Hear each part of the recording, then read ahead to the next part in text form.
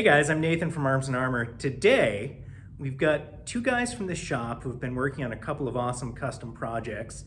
They're gonna show them to you. Stay tuned. So, every year, each of the guys gets to make a custom sword for themselves or to sell. It's just, there aren't a lot of benefits to working in the sword space, but this is one of them. So this is Thomas. Thomas is our newest employee, which means you've been working for us, what, 2.5 years? Something like that. 2.5 years. Came to us as a skilled guy, kick-ass, he's good. If you've bought from us, he's contributed to all kinds of things. And this is the sword that he decided to make for himself this year. And I just wanted him to share what he was thinking and what he came up with, because it's pretty cool. Thank you. Yeah, take it away. So I realized I didn't have a longsword, so it was time to get myself a longsword. And usually when I start a project for myself, I kind of start at the end and decide how I want something to feel and how I want it to turn out. And then I kind of work out the details of how I want it to look and things like that. And in this one, I kind of wanted to do like the lightest, handiest longsword I could come up with. So I started with a hollow ground blade on this. It's 33.5 inches. And the whole thing wound up coming in at about 1,100 grams, just shy of 2.5 pounds. So it's extremely light. It's very agile. It cut very well. Did an English, or really German style pommel, like a key shaped pommel, and a little bit of a shorter guard. I did like a flattened hexagonal grip, so it has the flat sides on it, so you'll get very good edge alignment, so you'll know where your cutting edge is when you cut. And I chose to do like a cold bluing on it, just for a little bit of rust prevention, and I kind of like that look.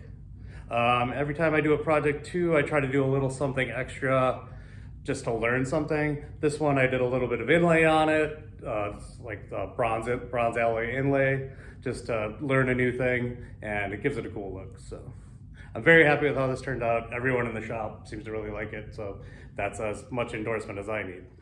Thank you. It's sick. It turned out really nice. This thing it flies. You can see that hollow grind in there. That thing is terrifying. Then we have Patrick, who's our second newest employee, which means you've been like 4.5 years. My God, time flies. He was just a wee baby when he came to us, fresh from working at Guitar Center. So, Patrick made a Gigantor sword. Show it off and take it away. So if I can Don't kill me. If I can get it all in frame here, this kind of like how Thomas was saying he didn't have a longsword. I didn't have a greatsword, so I decided to make a greatsword, and I wanted a mix of simplicity with also a little bit of stylistic panache. So I decided to do a S-shaped guard, but it turns down on one side and turns up, as well as, of course, your S shape here. And then I went with a decorative and also big pommel to kind of offset the weight of this. This is right around 6 pounds, just over 6 pounds. And the overall length is 68.25 inches. So it is very, very big. See if I can set it on the ground. It's just about as tall as I am, just a little bit shorter. But I wanted to, do something a little bit different. So I decided I saw a sword in a museum, and it had some pom-poms on it. And I was like, oh, that's actually a really good idea. I've never seen that before, or too often at least. And so I wanted to do my own version of that. And so I got some pom-poms to put on there, and I decided to do the green grip to kind of match. You can see the green on there, to kind of tie it all together, make it a little bit more flashy. So, Cool. Yeah, this thing turned out great too. It feels great. You can actually use this sword in one hand.